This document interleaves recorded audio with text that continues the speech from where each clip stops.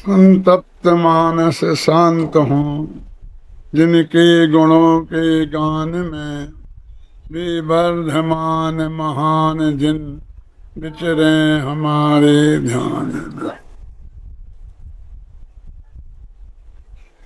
यह तो आप सब जानते ही हैं कि सब यादव गण गुजराती नहीं है। ये सब आगरा मथुरा के पास के हैं। आज भी यहाँ विशाल यादवों का बहुमत है।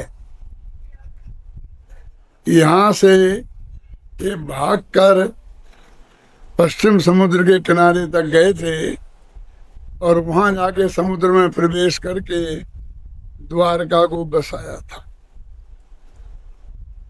यह तो आप जानते हैं शायद कि उस वक्त जरासंध का राज्य था भारत के 3 खंडों में।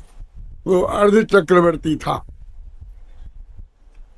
इसलिए मथुरा, आगरा और गुजरात सब उसमें ही आते थे।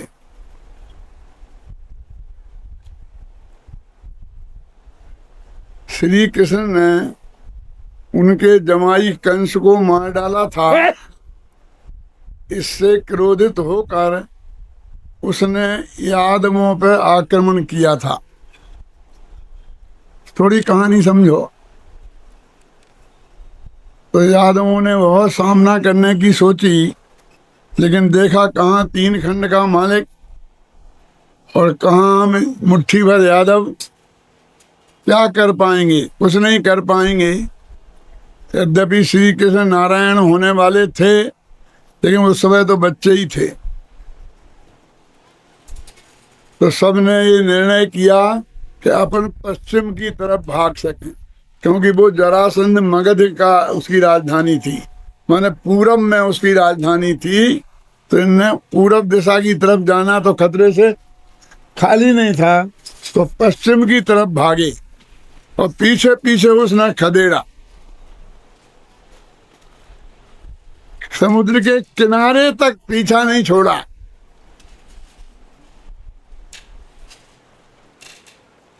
मथुरा में इनका सब कुछ था,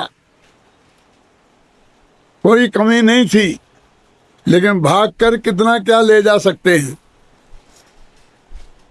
सब ऐसे वहां पूछे जो उनके पास कुछ नहीं था। आपने 26वीं का में पढ़ा ना, यादव गण उत्तर भारत से भग कर पश्चिम में आए थे, वहां का सब कुछ वहां ही छोड़ा, यहाँ खाली हाथों आए। द्वारका में तो खाली हाथों आए थे। समुद्र के किनारे बैठे थे कि अब क्या करें, ये तो यहाँ भी हमें नहीं रहने देगा, क्योंकि यहाँ तक उसका राज्य है। तो समुद्र में अंदर कहीं जाकर कोई रास्ता खोजें। तो कहते कोई एक देव आया, उसने कहा कि कोई चिंता मत करो, मैं अभी थोड़ी देर में एक घोड़ा बन के आऊँगा। तो उस पर सवार होकर श्री कृष्ण से कहा कि तुम इस समुद्र में प्रवेश करना, तो घोड़ा समुद्र में चला जाएगा। तो वो और सारे यादव गण भी उसके पीछे पीछे आना। ऐसे गए तो 24 मील दूर अंदर में एक छोटा सा टापू था, जिस पर वो यादव गण बस गए थे, वो द्वारका थी। इस पर ध्यान दिलाया कि ये तो आफत के मारे हुए थे, अपना घर बार सब छूट गया था, लेकिन भाग्य की बात है कि श्री कृष्ण स्वयं नारायण थे और इसी कुल में भगवान नेमिनाथ गर्भ में आए। इसकी वजह से सौधर्म इंद्र की आज्ञा से कुबेर ने द्वारका नगरी बना दी उसको, वो टापू को, जो उजड़ा हुआ टापू था, उसमें बहुत सुंदरतम नगर जो कुबेर का इंद्र की आज्ञा से बनाया हुआ होगा, वो कैसा होगा कल्पना करो। मैंने इसमें एक छंद में लिखा है कि वो कुबेर कैसा था कि 21 तीर्थंकरों की राजधानी की रचना का उसे अनुभव था। पिछली में पढ़ोगे, अभी मैं पेज निकाल के नहीं बता सकता। 21 राजधानियों के बनाने का जिसे अनुभव था, ऐसे कुबेर के द्वारा बनाई गई द्वारका नगरी कैसी होगी, आप इसकी कल्पना कर सकते हैं। मैंने पिछले अध्यायों में द्वारका का भी विस्तार से वर्णन किया है, जूनागढ़ का भी वर्णन किया है, वहाँ के बाग बगीचों का भी वर्णन किया है, सब किया है। अभी जो यहाँ आ गए थे ठाट बाट से रहते थे, यहाँ ये बात आई तो वो ये कहते हैं कि ये दुनिया का स्वरूप है, आना जाना, कहाँ से कहाँ भागते ही रहते हैं।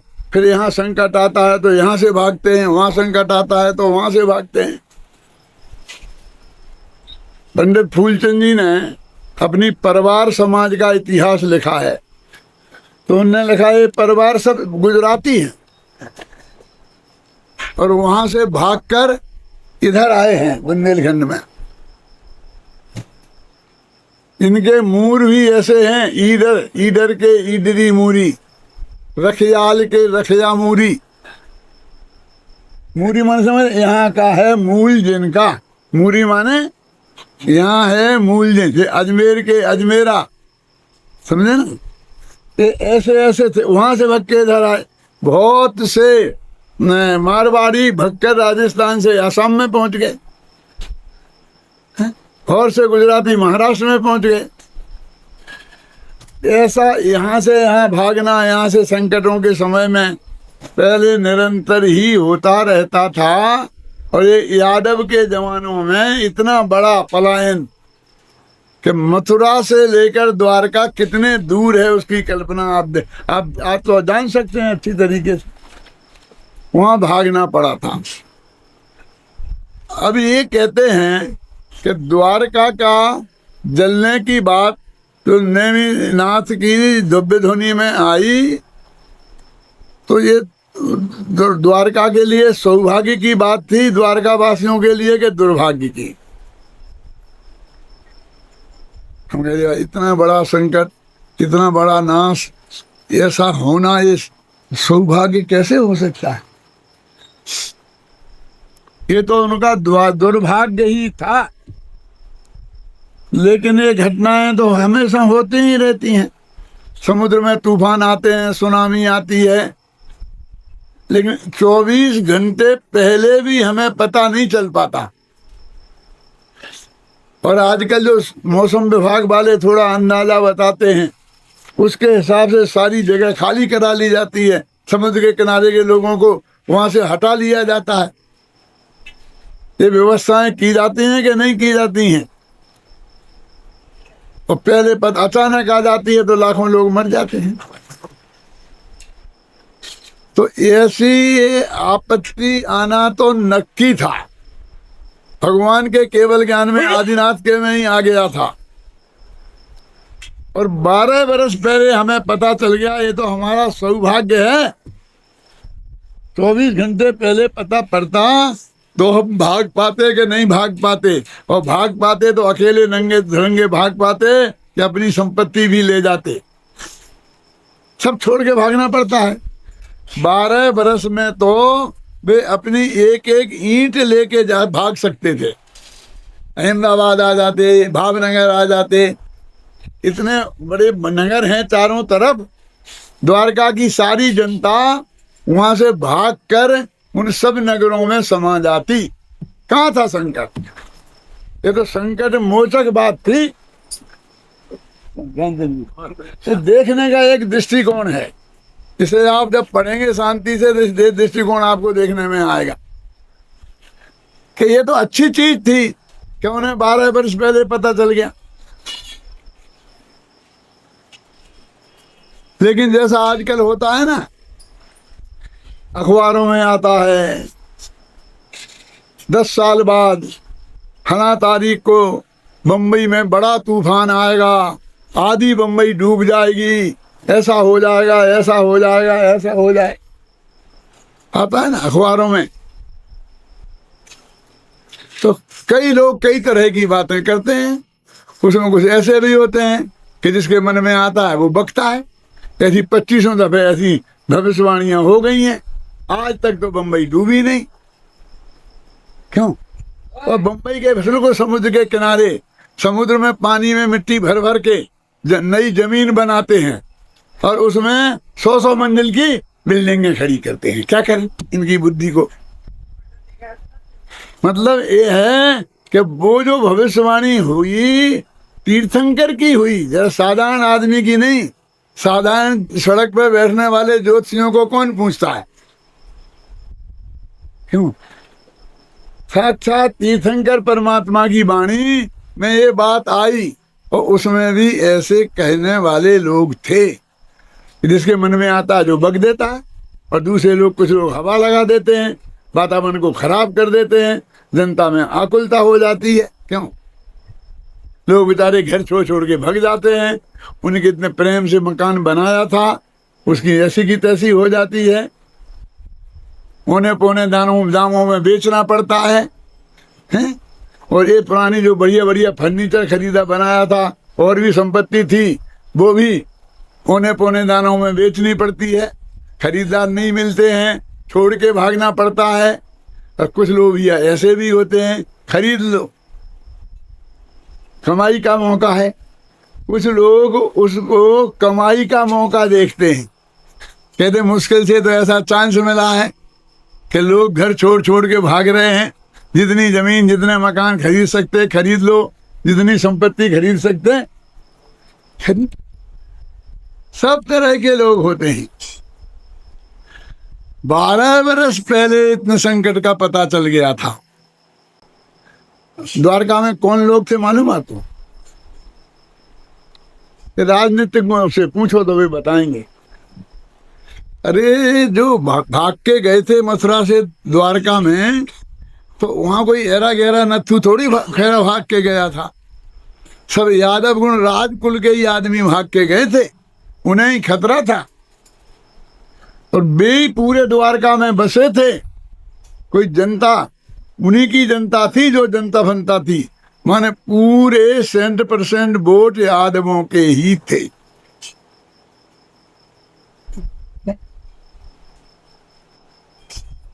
और नेमिनाथ भी यादव थे। अरे भैया, यदि भगवान की बात नहीं मानते तो नहीं मानते, अपने बुजुर्ग आदमी की बात तो मानते। क्यों? उनने ही कही थी। जरा मैं बहुत गहराई में जाता हूं तो कुछ कहने की हिम्मत नहीं होती है। श्री कृष्ण क्यों रहे हो? कि उनने तो कह दिया था श्री कृष्ण और बलदेव 2 जने बचे रहेंगे, तो उन्हें तो कोई खतरा नहीं था। लेकिन और कोई नहीं बचेगा तो माँ बाप को वहां काय के लिए रखा? उन्हें तो भेज देते अहमदाबाद।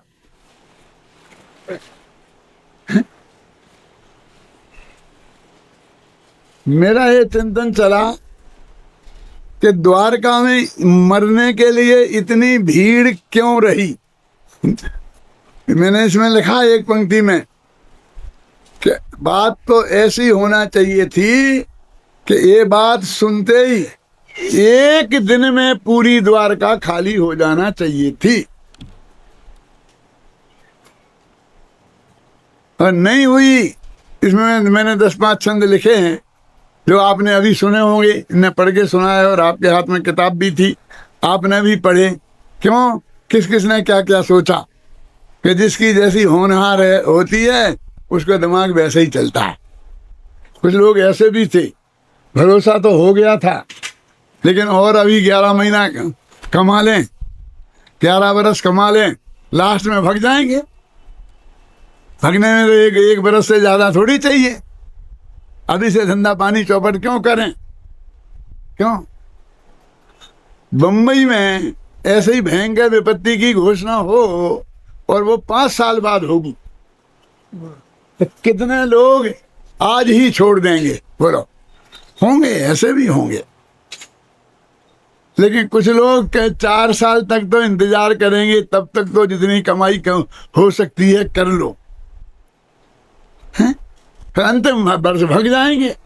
मेरे कहने का अर्थ है कि विभिन्न प्रकार के लोग और उनके विभिन्न प्रकार के सोचने का तरीका और विभिन्न प्रकार के पुण्य पाप का उदय, विभिन्न प्रकार के क्रमबद्ध पर्याय कि जिसका जैसा होना था उसकी बुद्धि भी वैसी ही होती है। उसका इसमें आया था ना कि जब सियार को मरने का काल आता है तो वो नगर की ओर भागता है, जब हिरण को मरने का काल आता है तो शेर की गुफा में जाता है। तो शेर को भोजन मिलना होता है तो लेटे लेटे गुफा में वो आ जाता है। तो ये सारी घटना पर बहुत विविध प्रकार का चिंतन इसमें व्यक्त किया गया है कि क्या क्या हुआ, कैसे हुआ, क्यों हुआ। अब ये बात उनने दो बातें कह दी थी। कौन सी? कि ये द्वारका भस्म हो जाएगी और दीपायन मुनि का क्रोध उसमें निमित्त होगा और शराब निमित्त होगी। दीपायन कौन थे आप जानते थे? श्री कृष्ण के जो भाई बलदेव थे ना, इन श्री कृष्ण और बलदेव के पिता तो एक थे वसुदेव और माताएं दो थीं। एक देव श्री कृष्ण की देवकी और बलदेव की रोहिणी। तो बलदेव के सगे भाई थे, रोहिणी के दूसरे पुत्र थे। दीपायन कोई दूसरे नहीं थे, यदि यादव ही थे। और जब ये घोषणा हुई थी तब वे गृहस्थ ही थे और उस सम्मोचन की सभा में मौजूद थे। क्या वो तो उनने वहां से जाने का नक्की किया कि मैं द्वारका के हजारों मील दूर चला जाऊंगा, इसके आसपास भी नहीं रहूंगा, तो मेरे निमित्त से कैसे जलेगी। और उनने मुनि दीक्षा ले ली थी। फिर मुनि दीक्षा लेके गए वे।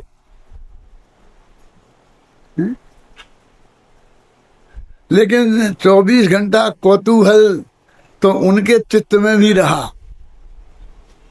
कि 12 उनके हिसाब से जब 12 वर्ष पूरे हो गए और लोन के महीने में भूल गए। लोन के महीना तो समझते हैं ना, 3 साल में 1 महीना बढ़ जाता है। 2 जेठ हो गए, 2 आषाढ़ हो गए, 2 सावन हो गए, ऐसे होते रहते हैं ना।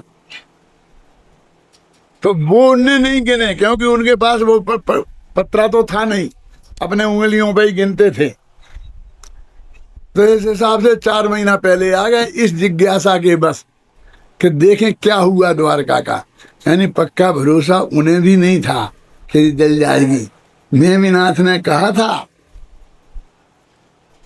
नेमिनाथ तीर्थंकर की दिव्य धुनी, उनके आधार पर जिनने मुनि दीक्षा ली उन्हें भी भरोसा नहीं था, तो करे क्या कि मैं देखूं तो कि जली के नहीं जली।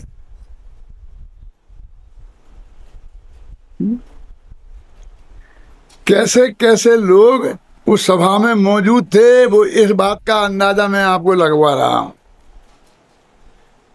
जब नेमिनाथ की दिव्य ध्वनि में ऐसा आ रहा था तो जो भव्य जीव थे आश्चर्यचकित हो रहे थे। उन्हें तो वैराग्य हो रहा था, दीक्षा लेने का भाव आ रहा था। ऐसे लोग भी वहां बैठे थे कि जो सोच रहे थे क्या बक रहे हैं, कुछ होश तो है नहीं, क्या कहना चाहिए और क्या नहीं कहना चाहिए। अरे एक मरीज को कैंसर होता है और डॉक्टर के पास जाते हैं और डॉक्टर देख लेता कि कैंसर है 4th क्लास का, अब ये बचेगा नहीं, महीना में ही मर जाएगा। ये निर्णय हो जाने के बाद भी मरीज को नहीं कहता नहीं ठीक है दवाई लेना, अच्छे हो जाओ, ऐसा मरीज को कह करके भेज देता और घर वालों को बुलाता है और घर वालों से कहता है मरीज से नहीं कहा, तुम भी मत कहना, लेकिन ये महीने भर के से ज़्यादा के मेहमान नहीं हैं, दुनिया में कहीं जाओ ये बचेंगे नहीं, अब इनको आराम से रहने दो, ज़्यादा डॉक्टरों के जाकर अस्पतालों में इनके शरीर मत छिदवाओ, राम का नाम लेने दो, नवोकार मंत्र पढ़ने दो। इतनी समझदार तो डॉक्टर भी होते हैं कि मरीज को ये बात नहीं कहना, यदि कह देंगे तो वो मरीज कैंसर से नहीं मरेगा, हार्ट अटैक से मर जाएगा इसके पहले ही। है क्यों? नेमिनाथ ने इतनी समझदारी भी नहीं की। ऐसा कुछ लोग सोच रहे थे। कैसा? कि यदि मैं ऐसा बोलता हूँ कि द्वारका में आग लग जाएगी और कोई नहीं बचेगा, जिसके सारे रिश्तेदार द्वारका में थे, घर परिवार द्वारका में था, दुकान मकान द्वारका में थे, सारा बिजनेस द्वारका में था, उसकी क्या हालत हुई होगी सोचो तो जरा। उसकी स्थिति क्या होगी, इस पर हमें गंभीरता से विचार करने की जरूरत है। लेकिन वे सोच रहे थे, ऐसे कहने वाले तो कहते ही रहते हैं, इन्हें नहीं कहना चाहिए था, नहीं कहना चाहिए था। मैं आपसे पूछता हूँ, कहना चाहिए था कि नहीं? अभी कोई सलाह तो आपसे मांग नहीं रहा, वो तो उन्हें कह दी और जो कुछ होना था वो हो गया। अपन तो उस पर बात कर रहे हैं कि हम कहते कहना नहीं कह। इतने लोगों ने दीक्षा ले ली, इतने लोगों ने अनुव्रत ले लिए, इतने लोगों ने महाव्रत ले लिए, इससे अच्छा और क्या होता? कितना ही उपदेश देते, तत्व की बातें करते, तो ये दीक्षा लेने वाले नहीं थे। तो अच्छा हुआ ना, बुरा कहाँ हुआ? कि कैसे देखे हम, कैसे कैसे जलती है। इनने तो कह दी, जो मुंह में आया सो कह दिया। क्या? कि द्वारका जल जाएगी। देखें कौन माई का लाल जलाता है। दीपायन, बुलाओ दीपायन। क्यों दीपायन? सुना तुमने क्या कहा नेमिनाथ ने? कि हाँ साहब सुना। तो बोलो क्या सोचा? कि साहब मैंने तो ये सोचा है कि मैं यहाँ से सैकड़ों मील दूर चले गया और 12 वर्ष तक इसके आसपास भी नहीं आऊं। मैंने ये सोचा है। अच्छा सोचा है, जल्दी जाओ। यदि नहीं सोचते तो फिर कुछ हमें सोचना पड़ता है।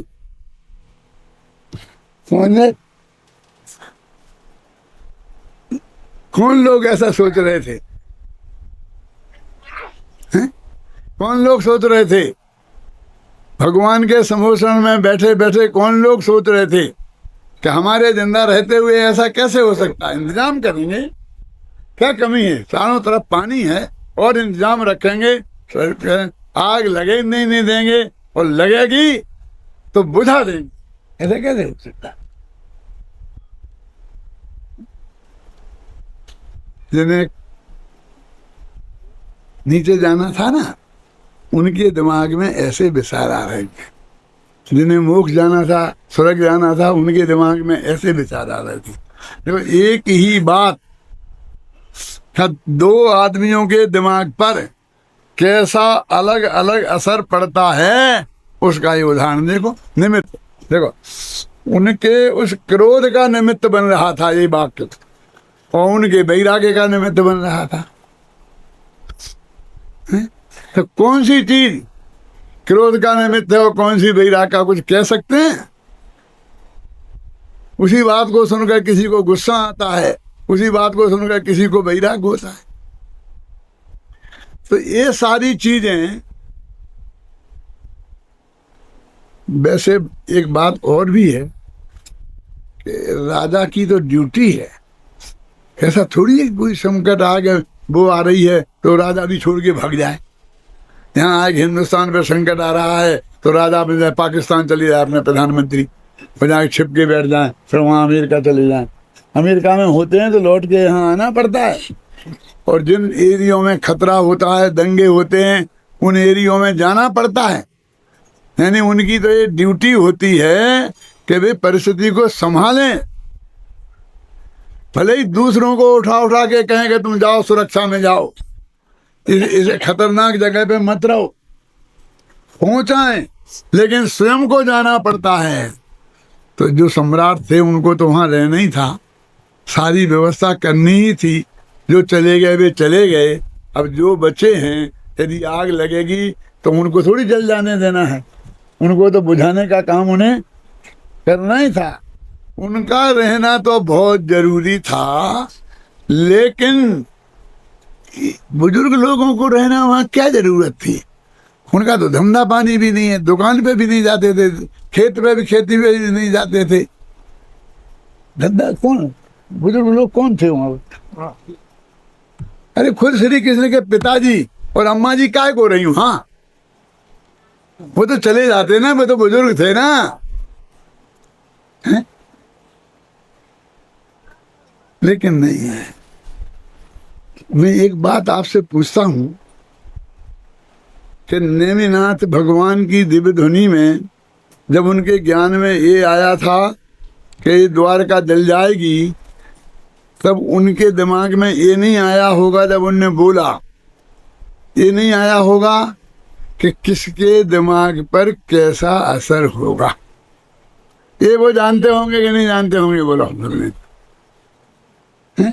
मेरी ये बात सुनकर किसके कैसे भाव होंगे, इसका भी विचार है। मैंने इसमें एक वाक्य लिखा है, जो रहे जौम में जमे रहे। ये शब्द का अर्थ समझते हैं आप? वो तो वो आजकल बहुत जौम में है। जौम मतलब समझते हैं? हैं? वो तो किसी की सुनता ही नहीं है, वो तो जौम में है। कैसे जल जाएगी, हम कैसे चलेंगे? जो रहे जौम में जमे रहे, वे हिले नहीं वहां से अपनी जगह से, है ना। जो रहे जौम में जमे रहे, उनके निर्णय का क्या करना, उनका मरना निश्चित ही था, उनके बारे में क्या कहना।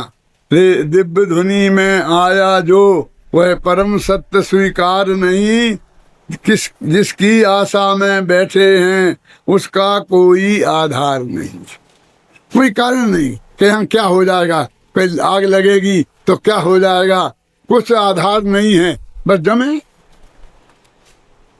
है?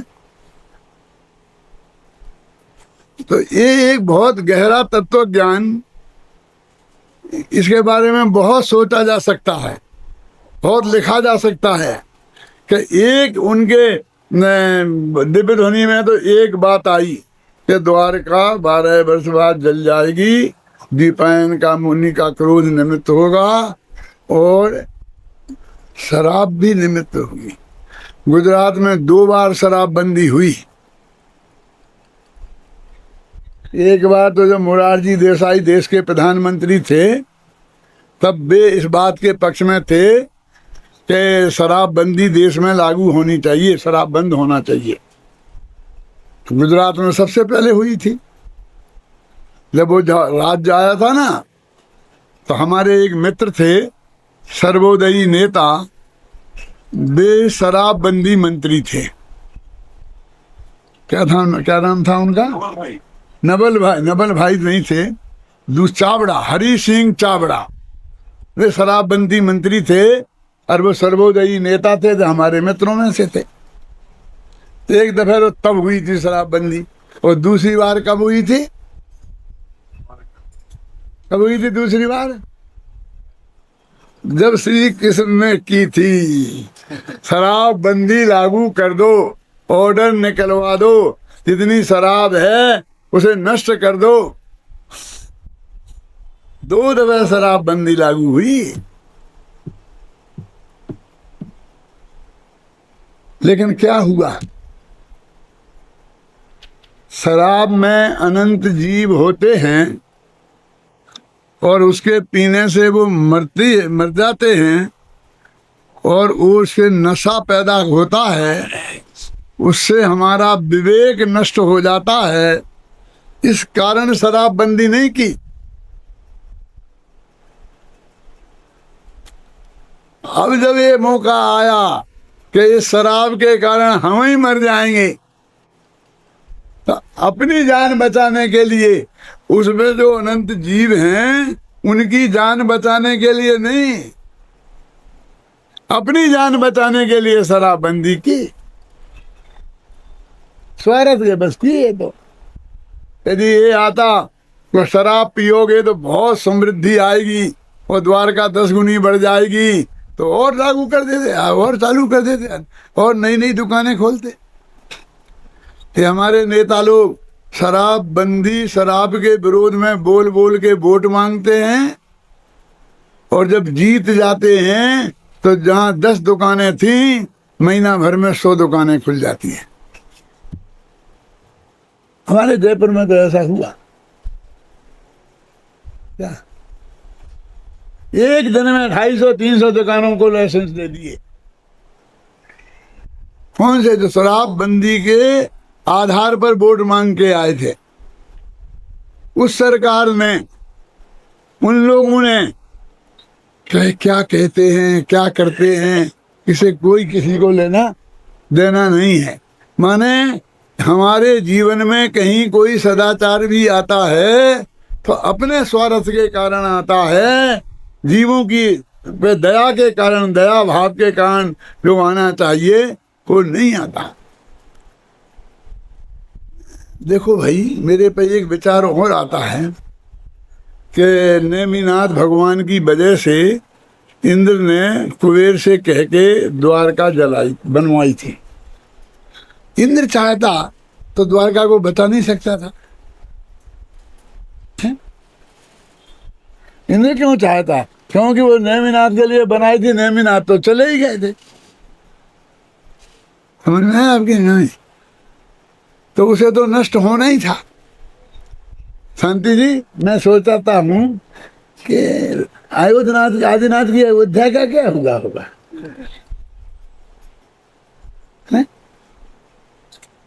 महावीर की वैशाली का क्या होगा? वहां तो आग नहीं लगी थी। तो वे नगरियां भी हमें दिखाई क्यों नहीं देती?